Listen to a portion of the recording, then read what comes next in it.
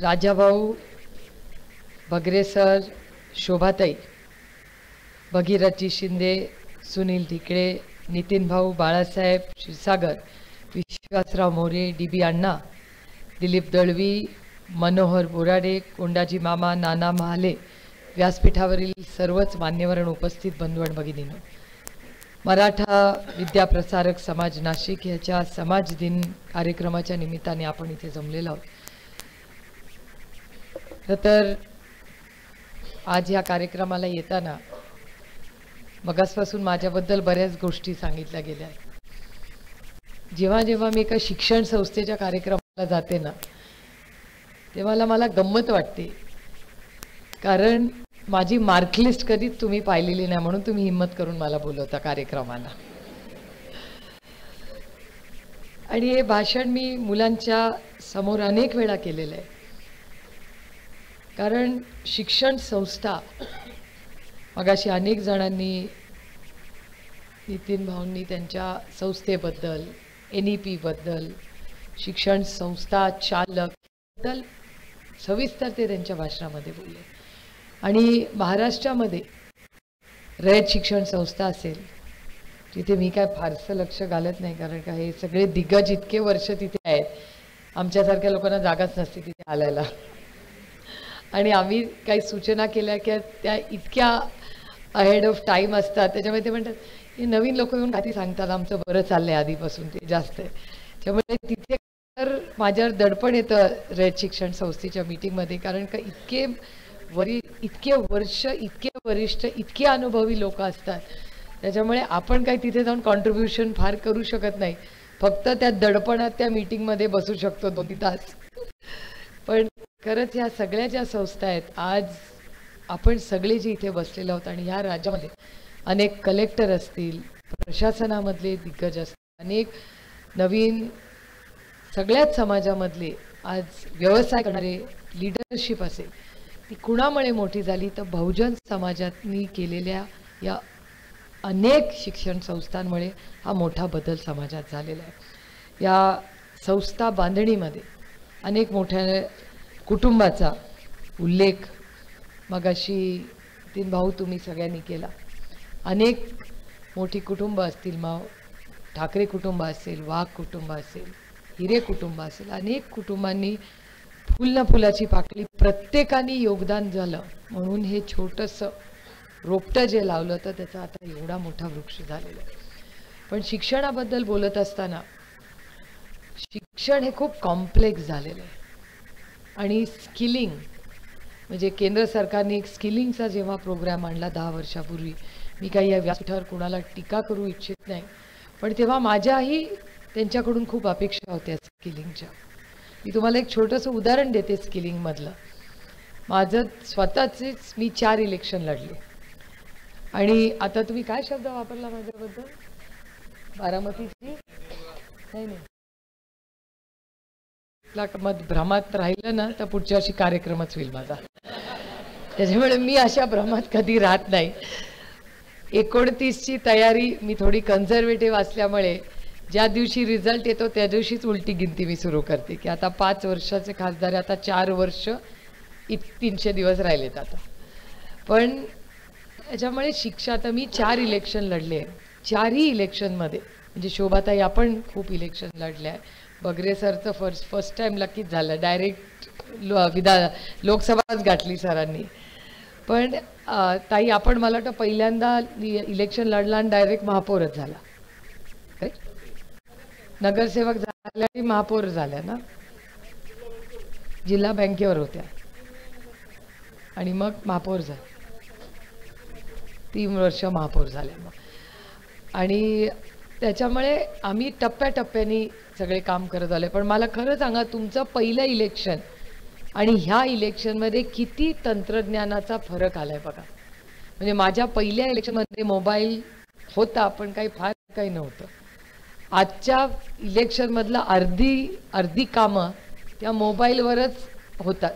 म्हणजे आम्ही जेव्हा बूथ कमिटीची बांधणी म्हणजे संघटनेची बांधणी, आता हे नवीन 50 प्रमुख वगैरे काय नवीन लोक बोलत असतात, तो पन्ना पण नाही पाहिला मी आणि प्रमुख पण नाही कधी पाहिला माझ्या तरी मतदारसंघात. पण हे नवीन नवीन गोष्टी ऐकायला मिळतात.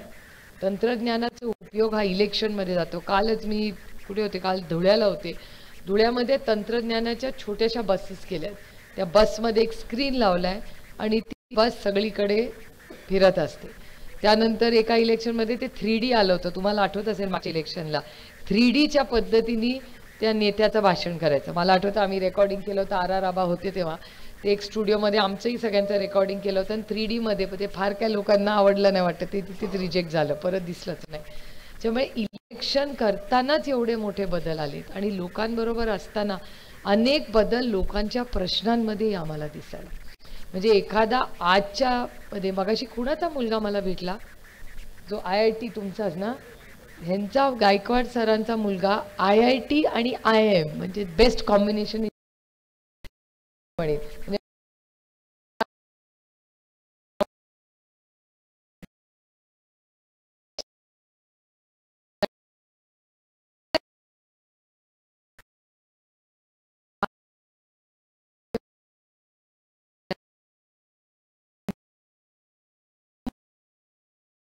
सारख्या लोकांनी काय करायचं मग. हे पूर्ण लिंकेजेस हे स्किलशी झालेले. म्हणजे आज एक ग्रॅज्युएट झालेल्या मुलाला नोकरी मिळत नाही. आज मी आज TV वर सकाळी मी पाहिलं की पोलीस भरती काहीतरी 150 का 200 मुलांची आहे का 1,500 मुलांची आहे आणि 2.5 का 3.5 लाख मुलांनी त्याच्यासाठी भरती गेला असेल.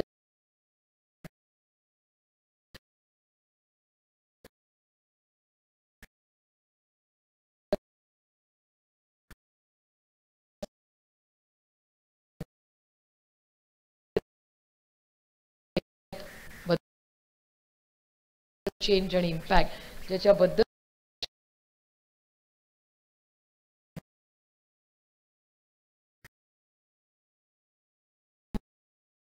मध्ये यश अपयश हे प्रत्येकाकडे येतं. पण एक गोष्ट ह्या देशाने सांगून दाखवली,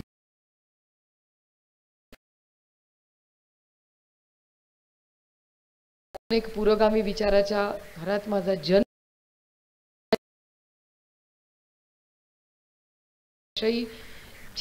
माझ्या वडिलांचे मित्र यायचे, त्यातून अनेक भारतीय जनता पक्षाचे नेते आणि ते कॉन्ट्रडिक्शन बघत बघत मी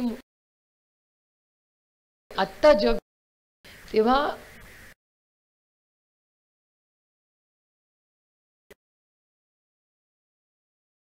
वैयक्तिक प्रश्न. पण मी जवाहरलाल नेहरूंचा शब्द, भारताचा विकास कधी होईल जेव्हा त्याला सायंटिफिक टेम्पर असेल. आणि एक 6 वर्षापूर्वी ना मला भीती वाटत होती.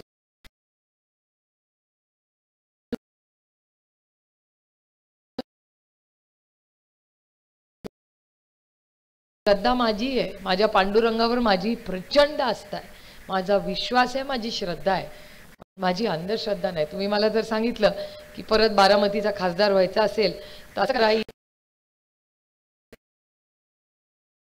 तर इलेक्शन तुम्ही 5 लाखांनी जिंकाल, म्हणून कशाला माझ्या पांडुरंगाला त्रास देऊ. मी मेहनत करून पास होईल ना, त्याच्याकडे दुसरं काहीतरी मोठ्यासाठी आपण आशीर्वाद घेऊ. पण महाराष्ट्रामध्ये मला एक गोष्ट सातत्याने जाणवते की महाराष्ट्रामध्ये वाढत चालली आहे का भक्ती शक्ती ही असलीच पाहिजे, ती वैयक्तिक तुमची आहे. पण सायंटिफिक टेम्पर सोडून जर आपण करायला लागलो तर ह्या देशाचं फ्युचर काय होईल याच्याबद्दल आपण सगळ्यांनी आत्मचिंतन करण्याची वेळ आली. आणि सायन्स आणि स्वतःवर एक विश्वास, आपला आत्मविश्वास एक समाज म्हणून कमी झालाय का आपण या सगळ्या गोष्टींकडे जास्त आणि जास्त वळतोय अशी मला भीती वाटत होती. आणि मला वाटत होतं की नाही, हा देश राईट विंग व्हायला लागला. आणि राईट विंग झालं तर ठीक आहे, we have to accept it. पण रिझल्ट लागल्यावर माझ्या लक्षात आलं, जेव्हा अयोध्याचा रिझल्ट लागला, की हा देश राईट विंगवाला नाही, हा श्रद्धेचा देश आहे, पण हा अंधश्रद्धेचा नाही. हे एक माझ्यासाठी खूप समाधान देणारी गोष्ट आहे. श्रद्धा ही असलीच पाहिजे, मी अभिमानाने म्हणते.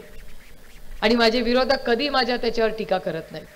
मी कधीच जय श्रीराम म्हणत नाही, मी नेहमी मर्यादा पुरुषोत्तम राम म्हणते. कारण रामांना जेव्हा तुम्ही प्रभू श्रीराम म्हणता तेव्हा ती मर्यादाही आपल्याला शिकली पाहिजे, त्याच्यासाठी तुम्ही बघता. आत्ता जे मी बघते त्याच्यात कुठली मर्यादा कोणी ठेवली आहे समाजामध्ये. आणि शिक्षणात जर सायंटिफिक टेम्पर तुम्ही आणला नाही, अनेक वेळा मध्ये एकदा भाषण एक आलं होतं की आम्ही मनुस्मृती शिक्षणात आणणार. हा प्रचार आणि प्रसार मी नाही केला, ह्या चॅनल्सवर मी पाहिलेला आहे.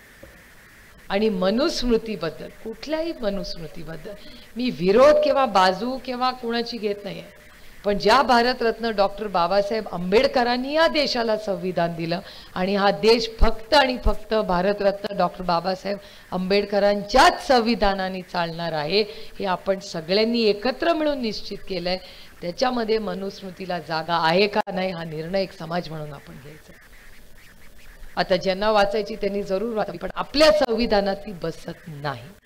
आणि ह्या राज्यामध्ये मनुस्मृतीसाठी आपल्या संविधानामध्ये जागा नसल्यामुळे ती शिक्षणात तुम्ही लादणार असेल तर त्याच्यासाठी आम्ही टोकाची भूमिका घेऊ, पण मनुस्मृती आमच्या शिक्षणात आणू देणार नाही. तुम्हाला जे काय संस्कार तुमच्या घरात करायचे जरूर करा, तो तुमचा अंतर्गत विषय. पण शिक्षणाचं पॉलिटिसायझेशन ऑफ एज्युकेशन हे या देशासाठी घातक आहे. आणि आज जे सत्तेमध्ये आहेत ते शिक्षण आणि त्यांचं राजकारणात गल्लत करतायत, हा चिंतेचा विषय आहे. आज नाही, आज 1-2 दिवसापूर्वी तुम्ही ती जाहिरात बघितली का नाही मला माहिती नाही. सरकारी नोकऱ्यांमध्ये आरक्षण काढून अग्निवीर सारखी स्कीम ते सरकारी नोकरींमध्ये कॉन्ट्रॅक्टल बेसिसवर करणार. माझा जाहीर या गोष्टीला विरोध आहे. सरकारी नोकरी ही कॉन्ट्रॅक्टर होता कामा नाही, ती सरकारी नोकरी आहे, त्याच्यात आरक्षण ठेवलंच पाहिजे. संविधानाच्या प्रमाणे जे काय मी काय वेगळं करा म्हणत नाही, जे आहे तसं चालू ठेवा, एवढीच आमची सरकारला विनंती. आणि मी याच्यावर संसदेत बोलणार आहे. तुम्ही आम्हाला सगळ्यांना संसदेत एवढ्या मोठ्या संख्येने निवडून दिले. अहो 31 जण आम्ही जेव्हा निवडून आलो ना, खरं सांगते मला आनंद नाही झाला, मला दडपण आलं. कारण का यशाबरोबर जबाबदारीही येते. आणि ह्यावेळी ज्या मताधिक्य म्हणजे ज्या आम्ही सगळे ज्या पद्धतीने निवडून आलोय, खूप संघर्ष आम्ही केला. म्हणजे आम्ही आणि शिवसेना तर आमचं तर काय चिन्ह पक्ष काहीच जागेवर नव्हतं. मला कळत नव्हतं की मी पंख चिन्हावर लढणार, कब्बशीवर लढणार का कपाट. आपल्या नशिबात काय होतं माहिती नव्हतं. चिन्ह पण नव्हता, पक्ष पण नव्हतं, काहीच नव्हतं. संघर्ष झाला, शून्यातून विश्व उभं केलं, महाराष्ट्राची मायबाप जनता उभी राहिली. आणि तुम्ही बघताय आज काय झालंय राज्यामध्ये. त्यामुळे कुठलीही संस्था, शिक्षण संस्था असेल, ते संघर्ष सगळ्यांमध्ये येतो. तुम्ही अतिशय जबाबदारीने ही संस्था जी चालवली आहे, तुमच्यासारख्या संस्थांकडून माझ्या खूप अपेक्षा आहेत. आम्ही लोकप्रतिनिधी आहोत. लोकप्रतिनिधी म्हणजे लोकांचे प्रतिनिधी आहोत. आम्ही काही वेगळे नाही आहोत तुमच्यापेक्षा. तुमचे जे प्रश्न आहेत, म्हणजे न्यू एज्युकेशन पॉलिसी आली ती आमच्या बाजूनी मी प्रकाशजींचं कौतुक केलं होतं. कारण का माझ्या प्रकाश जावडेकरांकडून अपेक्षा होत्या की प्रकाशजी काहीतरी वेगळं करू पाहत आहेत, उगाच टोकाची भूमिका घेऊन विरोधाला विरोध नाही करायचा, काहीतरी नवीन करू पाहत असतील. इनोव्हेशन ज्या स्किलबद्दल मी बोलते, त्या स्किलिंगबद्दल काही बदल आणणार असतील तर आपण त्याचं स्वागत केलं. अच्छे केले अच्छा बोलण्याचे. 1500 रुपये देतं त्याचं स्वागत करते, का नाही करायचं. माझ्या भगिनीला 1500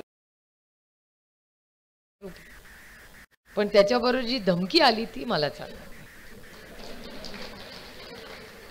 द्यायचंय तर मान सन्मानाने द्या. आम्ही काय मागायला आलो नव्हतो. तुम्ही द्यायला आमच्या दारात आलाय, आम्ही तुमच्या दारात मागायला आलो नव्हतो. वरून प्रेम दाखवायचं आणि वरून धमकी पण द्यायची, ही कुठली महाराष्ट्राची संस्कृती काढली आहे मला माहिती नाही. पण हा भाग राजकीय गमतीचा भाग झाला. पण मी खूप सिरियसली शिक्षणाबद्दल बोलते आणि मराठी भाषेबद्दल. मला खरं सांगा, आपल्यापैकी इथे कदाचित जास्त असतील, पण मगाशी मी एका कार्यक्रमाला गेले होते आणि तिथे मी स्वतः इंग्रजी माध्यमात शिकलेली आहे. पवार कुटुंबातलं पहिलं मूल जे इंग्रजी माध्यमात शिकलं ते म्हणजे मी, आणि त्याच्यानंतर कोणी नाही. नंतर सगळी इंग्लिशच आहेत. पण आज जेव्हा आणि नाशिकमध्ये येऊन मी हे आवर्जून का बोलते, कारण का हे कुसुमाग्रज प्रतिष्ठान जे ह्या राज्यातील सगळ्यात मोठी आणि मराठी भाषा जपणारी संस्था तुमच्या आणि माझ्या नाशिकमध्ये आहे, ह्याच्या सगळ्यासाठी या नाशिककरांचं किती कौतुक केलं तरी कमी आहे. आपण सारखे म्हणतो मराठी भाषेला केंद्राने अभिजात भाषेचा दर्जा दिला पाहिजे. याच्यासाठी आपण काय करतो एक समाज म्हणून. आणि हा प्रश्न मीही तेवढी गुन्हेगार आहे. मी तुमच्यावर नाही ढकलणार. माझी मुलं इंग्लिशला पाठवायची आणि तुम्हाला सांगायचं तुमची मुलं मराठी मीडियममध्ये गेलीच पाहिजे, अशी भाषणं मी करत नाही आणि करणारी नाही. पण मला तुम्ही विचार करून सांगा, मराठी भाषेसाठी आपली ही संस्था, जेव्हा आपण शिक्षणाबद्दल बोलतो तेव्हा भाषेबद्दल ही चर्चा ही झालीच पाहिजे. आपली किती मुलं मराठी मीडियममध्ये जातात? कुणाची मुलं असतील, नातवंड, हे सगळे मराठी मीडियमवाले हात वरती केलाय. आता इंग्लिशवाल्यांचा करणार नाही, कारण का ज्यांचा हात खाली याचा अर्थ ते सगळे म्हणजे आज ह्या ऑडिटोरियममध्ये बसलेले 10% मुलंच मराठी मीडियम माध्यमात शिकतात, बरोबर? उरलेली सगळी, माझा काही इंग्लिशवर नाही, मी स्वतः एवढं इंग्लिश बोलते, मी इंग्लिश भाषेत शिकलेली आहे, माझी मुलं कॉन्व्हेंटमध्ये शिकलेली आहे.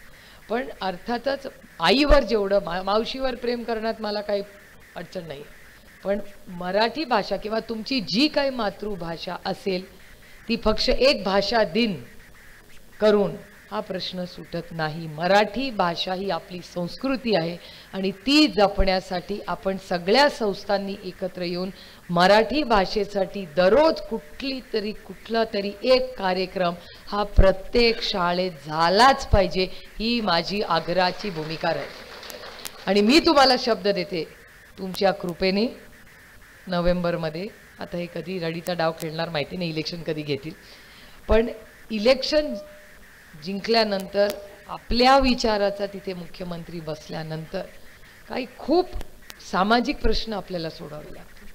मराठी भाषेबद्दल आदर सन्मान म्हणजे नुसते होर्डिंग्स लावून तोडून फोडून मराठी भाषा नाही घरी पोचणारी, ती घरात पोचली पाहिजे, शाळेत पोचली पाहिजे.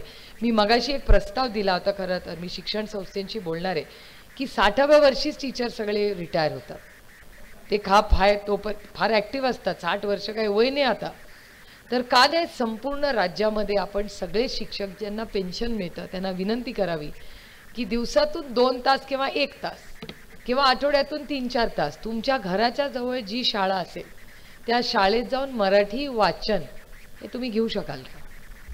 तुम्ही नाहीतरी रिटायर झालाय, कदाचित त्यांना वेळही जात नसेल आणि वेळ नाही गेला ना की मी आजारपण येतं, माझं हे होतंय, मला ते होतंय. एकदा कामाला एम्प्टी माइंड डेव्हल्स वर्कशॉप, त्याच्यामुळे का नाही या महाराष्ट्रातल्या शिक्षकांना सगळ्यांना सांगावं की 60 जे रिटायर झाले त्यांनी महाराष्ट्रासाठी आता तुम्ही पुढच्या पिढीसाठी काय करता? का नाही सगळ्या शिक्षकांना पेन्शन असतं ना, असतं का नाही? सगळ्यांना नाही, कॉन्ट्रॅक्टवाल्यांना नाही. आता आपल्याला बदलायचंय ते हळूहळू.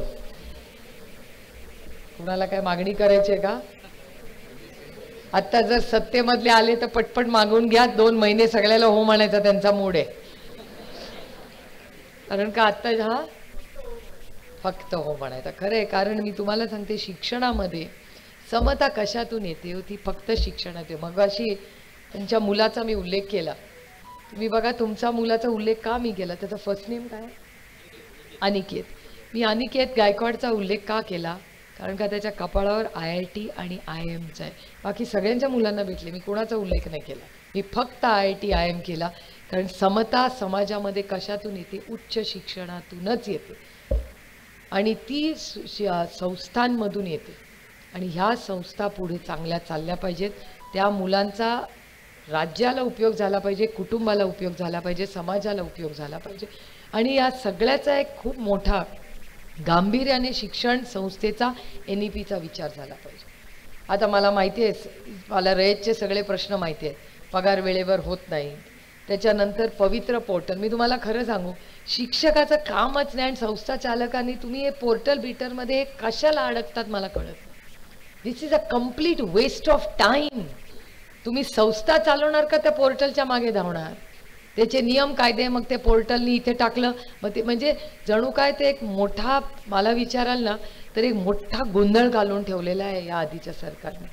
तुम्हाला मी एक खूप हिम्मत करून बोलणार आहे, पण माझं वैयक्तिक मत आहे, हे माझं वैयक्तिक मत आहे की ते पवित्र पोर्टल बंद करून टाका आणि काहीतरी चांगलं पण पारदर्शक, जे करायचं ते पारदर्शक केलं पाहिजे.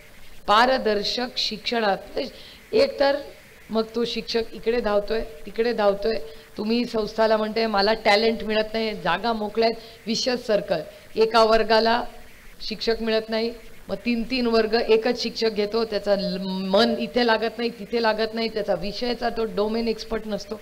मला सांगा प्रायव्हेट शिक्षणात होतं का असं? प्रायव्हेट शिक्षण संस्थांमध्ये असं होतं का? मग तिथे जर होत नाही तर ज्या गरीब कष्ट करणारी मुलं तिथे शिकतात त्यांच्या आयुष्यात बदल घडवण्यासाठी सरकार एवढे करोडो रुपये पैसे खर्च करतं, मग त्यांना अधिकार नाही शिक्षणाचा? तुम्हाला आश्चर्य वाटेल पण मला खरं तरी आधी वाटतं की हे 1500 रुपये द्यायच्याऐवजी ना या सरकारने जर प्रत्येक मातेला सांगितलं असतं ना की तुझ्या मुलांचं सगळ्या मुलांचं शिक्षण ग्रॅज्युएशनपर्यंत मी करतो, आरोग्य सगळं मी करतो, तर ह्या पगातली प्रत्येक भगिनी म्हणेल शिक्षण आणि आरोग्य नको बाबा तुझे 1500 रुपये. विचार करून बघा, मी स्वतः एक आई आहे. माझ्या आयुष्यात मला काय पाहिजे? माझ्या मुलांनी माझ्यापेक्षा जास्त शिकावं आणि माझ्यापेक्षा जास्त कर्तृत्व दाखवावं, ह्याच्यातच एका आईला आनंद असतो. आणि ह्यांनी तर ठरवले सगळे माझ्यावर एवढी जबाबदारी आजकाल टाकायलेली, कुठे गेले की गाव ताई करून ठेवले. आणि मगाचपासून सगळे आता ही जबाबदारी ती जबाबदारी. मगाशी दिन भाऊ पण म्हणतात की साहेब आधी हे सगळं बघायचे, आता तुम्ही जास्त वेळ देत नाही. मगाशी तर माझी आबरूच काढली जाईल, साहेब लवकर भेटतात तुम्ही जास्त भेटत नाही. मी म्हटलं तर कुठे बघू आणि काय करू. पण ही गोष्ट खरी आहे. काय होतं की अनेक वर्ष घरात मोठे जबाबदारी घेणारे लोक असले ना की आपलं वयच वाढत नाही. आणि मी त्याच्यापेक्षा एक भाग्यवान आहे की घरातले कर्त्या पुरुषांनी इतक्या जबाबदाऱ्या घेतल्या की आपल्याला अल्लडपणा खूप वर्ष करता आला, कारण का जबाबदाऱ्याच कमी. आणि हसत खेळत आयुष्य आत्तापर्यंत पोचलं. मागच्या वर्षी मोठा ब्रेक लागला आणि जाणीव झाली की अरे बापरे जबाबदारी अशी असते.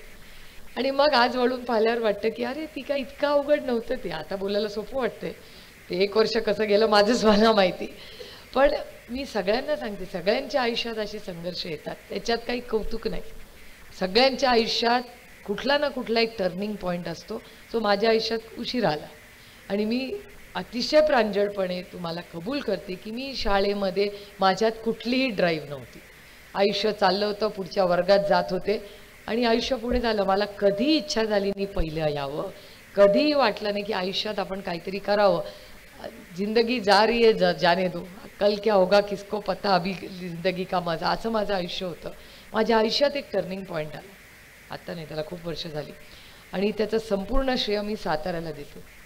रयत शिक्षण संस्थेच्या कार्यक्रमाला गेले होते आणि तिथून मी लक्ष्मण मानेंच्या शाळेला संस्थेला भेट दिली आणि भटक्या विमुक्त समाजाच्या मुलांचं आयुष्य माझ्या आयुष्यातलं टर्निंग पॉईंट होता.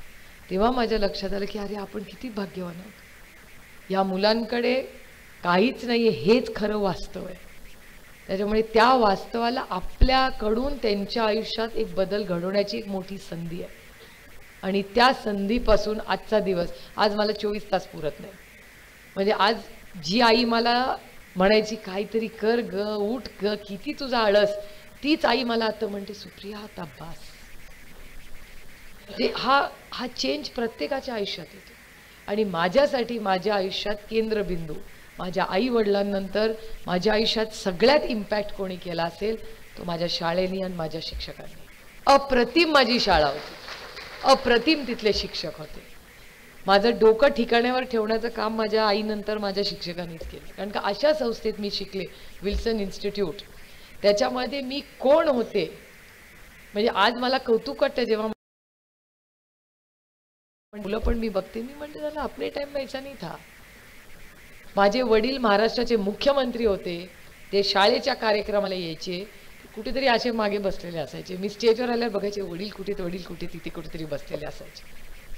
कारण तो काळ वेगळा होता आणि त्याच्यात हे नवीन जे महाराष्ट्राचं किंवा देशाचं कल्चर आहे ते कल्चरही नव्हतं. आणि त्या संस्थेमध्ये ते पालक होते, ते शरद पवार नव्हते, ते फक्त सुप्रिया पवारचे पालक म्हणून तिकडे यायचे. पण त्या संस्थेचं ते कौतुक. आणि आमच्या शिक्षिका ओल्ड फॅशन शिक्षिका. आता आपण खूप बदलाबद्दल बोलतो, आज व्यासपीठावर कोणी आर्टिफिशियल इंटेलिजन्सबद्दल बोललेलं नाही आहे. कालच मला एक सर्वे पत्रकारांनी दाखवला, AI चा एक सर्वे आलाय, हा व्यक्ती या राज्याचा मुख्यमंत्री होईल. म्हटलं AI म्हणजे आर्टिफिशियल इंटेलिजन्स, अजून मतदान आर्टिफिशियल होत नाही, हे मतदार आहेत, हे ठरवतील महाराष्ट्राचा मुख्यमंत्री कोण, आर्टिफिशियल इंटेलिजन्स नाही ठरवणार. पण हा गमतीचा भाग झाला. पण तुम्ही विचार करून मला सांगा की आर्टिफिशियल इंटेलिजन्सबद्दल सातत्याने गोष्टी शिकवल्या जातात. माझा स्वतःचा अनुभव आहे आर्टिफिशियल इंटेलिजन्सचा. माझा विश्वास तंत्रज्ञानावर प्रचंड. मी तंत्रज्ञानातली प्रत्येक गोष्टी आत्मसात करते, प्रत्येक गोष्ट, आणि त्याच्यामुळे मी माझी बुद्धिमत्ता कमी वापरायला लागली. मला कुणाचाही मोबाईल नंबर पाठ नाही.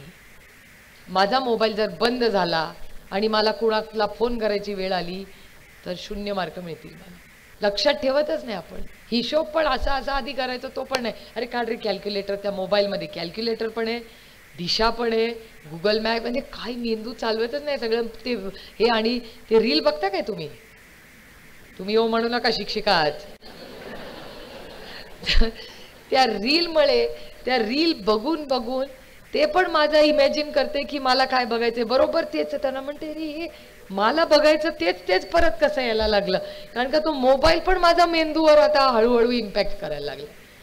आणि शिक्षणामध्ये आर्टिफिशियल इंटेलिजन्सचा प्रचंड इम्पॅक्ट येणार आहे. तो चांगला का वाईट त्याची मी डोमेन एक्सपर्ट नाही, पण एक तुम्हाला सांगते की शिक्षकाची जागा कधीही AI घेऊ शकणार नाही, कधीच नाही. माझी 2 मुलं आहेत. एक होतं तेव्हा अजित पवार मला नेहमी सांगायचा, स्वतःच्या मुलांचं कशाला बाहेर बोलते, अभी चलता है सब. माझी पोरं मोठी झाली, चांगली पास झाली. माझी मुलगी लंडन स्कूल ऑफ इकॉनॉमिक्समधून MA करून ग्रॅज्युएट पण झाली. माझा मुलगा हिस्ट्री करून आला, आता तो न्यूयॉर्कला शिकायला चालला वगैरे वगैरे. त्यामुळे माझी मुलं इतकी मोठी झालीत की त्यांच्या लहानपणाच्या वाईट गोष्टी सांगितल्या तर काही नुकसान नाही आता. पण माझी मुलं तुमच्याच मुलांसारखी होती. एकाला गणित आलं तर दुसऱ्याला येत नाही, एकाला भाषा आली तर दुसऱ्याला भाषा येत नाही. कौतुक बाई त्या शिक्षकांचं. 2 मुलांना डोकं फोडून अभ्यास घेताना एवढा त्रास झाला. तुम्ही एका वर्गात 40 आणि 50 मुलांना शिकवता कशा हो? प्रत्येकाची किती 80. इकडे घरी एक नाही आलं की रट्टा मारते मी. इथे 80 वेगळ्या पर्सनॅलिटीज, IQ, इंटरेस्ट. माझ्याकडे एक खूप इंटरेस्टिंग कॉम्बिनेशन आहे. माझ्या मुलीला फक्त गणित येतं आणि माझ्या मुलाला गणित येत नाही. माझ्या मुलीला इतिहास जमत नाही आणि माझ्या मुलाला फक्त इतिहास येतो. म्हणजे त्याची तुम्ही जर लिखाण बघितलं तर त्याच्या शाळेच्या पुस्तकात येतो. आणि रेवती म्हणजे एवढं कशाला वाचायला पाहिजे. आणि जर तिला एखादा मार्क 100 पैकी कमी गणितात पडला की घरी येऊन रडून गोंधळ, 1 मार्क कुठे गेला, म्हणलं एवढे पडलेत ना, गप ना दबास की. आणि माझा मुलगा गणितात पास झाला, अरे रामकृष्ण हरी देव पावला. आता जन्म देतात तेच आई वडील, पण 2 मुलांमध्ये शिक्षणात केवढा मोठा अंतर असतात. पण कसं आहे, आई असते तेव्हा. आणि मी बघितलंय की जो शिक्षक माझ्या मुलीला अतिप्रिय होता त्याचा माझ्या मुलाचा 36चा आकडा असायचा. माझी मुलगी म्हणायची best teacher in the world आणि माझा मुलगा the worst teacher in the world. अरे असं कसं होऊ शकतं? कारण का ती पर्सनॅलिटीचा माझ्या मुलाचा इश्यू. आणि नंतर जेव्हा माझ्या मुलाला कमी मार्क पडले 10वी मध्ये, प्रिलिममध्ये, या सरकारला जसे लोकसभेला पडले तसं ते कमी मार्क पडले. आता काय करू, शेवटी मी आई आहे ना, त्याच्यामुळे त्या कॉम्पिटेटिव्ह एजमधून जात नाही. मी माझ्या आईवडिलांसारखी नाही. माझे आईवडील कॉम्पिटेटिव्ह पालक नाहीत. मुली पास झाली नाही झाली तरी नाही झाली. मी माझ्या आईवडिलांना म्हणते, अहो एकुलती एक मुलगी होती, जरा तरी लक्ष द्यायचं. म्हणजे आता जेवढी बुद्धिमत्ता असते ना तेवढंच डोकं असतं. तुम्हाला मराठी कुटुंबामध्ये मुलांना कमी दाखवणं हे आवडतंच मला वाटतं त्यांना. पण मी त्या जनरेशनची नाही, मी थोडी जरा कॉम्पिटेटिव्ह आई आहे. झालं मग विजयला चांगले मार्क नाही पडले, काय करावं. तर मग मी एका शिक्षिकेकडे गेले. म्हटलं I don't know what to do, तुम्ही पाठव माझ्याकडे. झालं. मला आश्चर्य वाटेल की मी खूप तंत्रज्ञानाचा वापर, खूप प्रयत्न केला, पण माझ्या मुलाचे मार्क फक्त त्या शिक्षिकेने तिची पद्धत, मेथडॉलॉजी बदलली आणि त्याला मार्क पडले. म्हणजे तो IQचा कधी कधी विषय नसतो, तो मेथडॉलॉजीचा विषय असतो. त्यामुळे शिक्षण हे खूप कॉम्प्लेक्स असतं. नुसता व्हिडिओ लावून त्या सगळ्या मुलांना ते करू शकत नाही. तो रील नाही आहे, ते शिक्षण आहे. ते आत्मसात करण्यासाठी त्या शिक्षणाची एक नातं असतं, त्या संस्थेचं नातं असतं. आज मी माझी शाळा सोडून 30-32 वर्ष झाली, पण आजही सेंट कोलंबा हायस्कूल म्हणलं की मन भरून येतं की आज जी काय माझी ओळख आहे, की माझ्यावर जे संस्कार झालेत ते सेंट कोलंबा शाळेतल्या प्रत्येक शिक्षकाचं क्रेडिट आहे. त्याच्यामुळे आज मी तुमच्यासमोर उभी आहे. त्यामुळे शिक्षण संस्था ही खूप महत्त्वाची असते आणि आपल्या आयुष्याचा केंद्रबिंदू असतो. त्याच्यामुळे माझी या संस्थेकडून खूप अपेक्षा आहे. आता त्यांनीच सांगितलं आहे थोडा ढवळाढवळ करायला वेळ द्या. माझा स्वभाव नाही ढवळाढवळ करायचा, पण एक जाता जाता नक्की सांगेन की संस्था आणि पॉलिसी ही खूप महत्त्वाची असते. शिक्षण संस्थांच्या पॉलिसीमध्ये कुठल्याही पक्षांनी ढवळाढवळ करू नये ह्या मताची मी आहे. सगळ्या विचाराचे लोक संस्थेत असले पाहिजेत आणि तो पुरोगामी विचारच असला पाहिजे. आणि त्याच्यामुळे शिक्षण आणि आपली जी काही विचारधारा असेल ती बाहेर ठेवायची आणि शिक्षण संस्था पारदर्शकपणे चालल्या पाहिजेत. आणि तुम्ही शाळेतले खूप टीचर्स मॅनेजमेंटमध्ये फार आजकाल तुमच्यावर काम असतं. फक्त या नाही, जिल्हा परिषदच्या जास्त, त्या जिल्हा परिषदला जास्त आणि शाळेत कमी असतात. मी तुम्हाला शब्द देते, ह्यावेळेस आमचं सरकार येईल ना की सगळं आम्ही बदलून टाकणार. कारण का चेंज इज इनएव्हिटेबल, बदल हा झालाच पाहिजे. मी आजच कुठल्याच सर आपण शाळेत गेलो होतो दिंडोरीला, जळोकी दिंडोरीची, काय शाळा होती, अप्रतिम शाळा होती. म्हणजे एखादी नाशिक मुंबई पुण्याच्या शाळेपेक्षा बरोबरीने ती शाळा होती. म्हणजे जर एखाद्या शिक्षकाला संधी दिली तर काय क्रांती तो करू शकतो किंवा ती शिक्षक करू शकतात हे आज मी इथे पाहिलं. त्यामुळे शिक्षणाबद्दल हा माझ्यासाठी एक खूप जिव्हाळ्याचा विषय आहे. मी खरंच राजकारणात झाले नसते ना तर कुठेतरी प्रोफेसर झाले असते. कारण शिक्षण is too interesting, too complex, आणि त्याच्यामुळे नवीन इनोव्हेशन यांच्यात ह्या सगळ्या गोष्टी इनोव्हेटिव्ह आपण केल्या पाहिजेत. आणि ही संस्था ते करू पाहते. तुमचं PNL म्हणजे प्रॉफिट अँड लॉस ची बॅलन्स शीट आणि शिक्षण हे दोन्ही तुम्ही देता, म्हणजे शिक्षण संस्थाही चांगली चालवू शकता प्लस चांगला दर्जाही देऊ शकता. ही खरंच आपली खूप अभिमानाची आणि कौतुकाची गोष्ट आहे. मी फक्त रयत शिक्षण संस्था आणि तुमच्या संस्थेला एवढीच विनंती करीन की आपण सगळे अनेक वेळा भेटत असतो, पण महाराष्ट्राचे आम्ही तरी खासदार तुम्हाला सगळ्या संस्था चालकांना विनंती करू की कधीतरी वर्षातून 2 वर्षातून आम्हाला सगळ्या खासदारांना तुम्ही बोला, एक दिवसाचं वर्कशॉप घ्या, तुम्ही आम्हाला ब्रीफ करा की तुम्हाला पार्लमेंटमध्ये किंवा न्यू एज्युकेशन पॉलिसीमध्ये काय बदल आमच्याकडून, आम्ही पॉलिसी मेकर जाऊ. ठेवा ना आमच्यासाठी पण एक वर्कशॉप. 48 जण आहेत, जे येईल तो येईल, बोलवा आम्हाला, आम्ही दिवसभर येऊ. 11 ते 5, 11 ते 6, 7 जे काय बोलायची ताकद आहे तर ऐकायची ताकद पण असली पाहिजे. कारण जोपर्यंत तुम्ही आमचे स्टेक होल्डर्स आहात. मतदाराचं नातं फक्त 5 वर्षातून एकदा येत नाही, 5 वर्षातून फक्त कृती येते.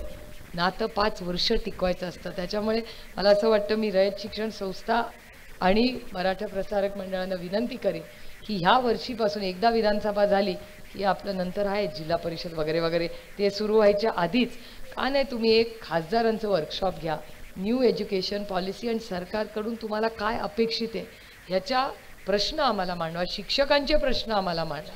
नाही तर काय होतं, शिक्षकांच्या कार्यक्रमाला आम्ही येणार, सत्कार, भाषण आणि आउट, असं करू नका. आम्हाला तिथे बसवा, दिवसभर आम्हाला ऐकू द्या काय महत्त्वाचं आहे. आणि ही नवीन प्रथा आपण महाराष्ट्रापासून सुरू करू आणि देशामध्ये नेऊ. अनेक संस्था देशात असतील त्या अशा कार्यक्रम करू शकतात. कारण का education is a huge opportunity. म्हणजे सत्ता म्हणजे फक्त ब्रिज बांधणं नसतं, ही सत्ता नसते. सत्ता ही खरंच कशासाठी असते, तुमच्या आयुष्यात आयुष्य चांगलं आणि बदल करण्यासाठी एक मोठं साधन आहे. दुर्दैवाने गेल्या 5 वर्षामध्ये 2.5 वर्ष कोविडमध्ये गेली आणि 2.5 वर्ष ED CBI आणि घरं आणि पक्ष फोडण्यातच गेली. त्याच्यामुळे त्या सत्तेचा खरंच काय झालं हा मोठा प्रश्नच आहे. आणि दुर्दैवाने आपला महाराष्ट्र खरंच खूप गोष्टीत मागे राहिलेला आहे. त्यामुळे या सगळ्या गोष्टीचा खूप गांभीर्याने आपण विचार करायला पाहिजे. सरकारही येतील जातील, पण जर आपण आपल्या सामाजिक परिवर्तन आणि आपल्या लोकांचा विकास केला नाही तर आपला देश आणि आपलं राज्य हे मागे राहील. त्याच्यामुळे ही धोक्याची एक घंटा आहे. मी तुम्हाला पॅनिक करत नाही आहे, पण ही आत्ताच बदललं नाही तर महाराष्ट्र पुढच्या 5-10 वर्ष असाच मागे राहिला तर देशात आपण खरंच मागे राहू. त्यामुळे माझी तुम्हाला सगळ्यांना आज उपस्थित लोकांना विनंती आहे की या सगळ्या गोष्टीचा, शिक्षणाचा गांभीर्याने आपण विचार करावा. आज आल्यानंतर अतिशय प्रेमाने आपण स्वागत केलं. राखीसारखा एक पवित्र असा ही कार्यक्रम आणि नातं आज मला आणि ताईंना आपण सगळ्यांनी राखी बांधायची संधी दिली, याबद्दल आपले मनपूर्वक आभार मानते. रक्षाबंधनाच्या, नारळी पौर्णिमाच्या मनापासून शुभेच्छा देऊन संस्थेमध्ये लुडबुड न करता न्यू एज्युकेशन पॉलिसीला जी काही मदत तुम्हाला लागेल ती पूर्ण ताकदीने आमच्या चौघांच्या वतीने मी शब्द देते की आम्ही नक्की दिल्लीमध्ये करू. एवढंच म्हणून आपली रजा घेते. जय हिंद, जय महाराष्ट्र, जय आघाडी.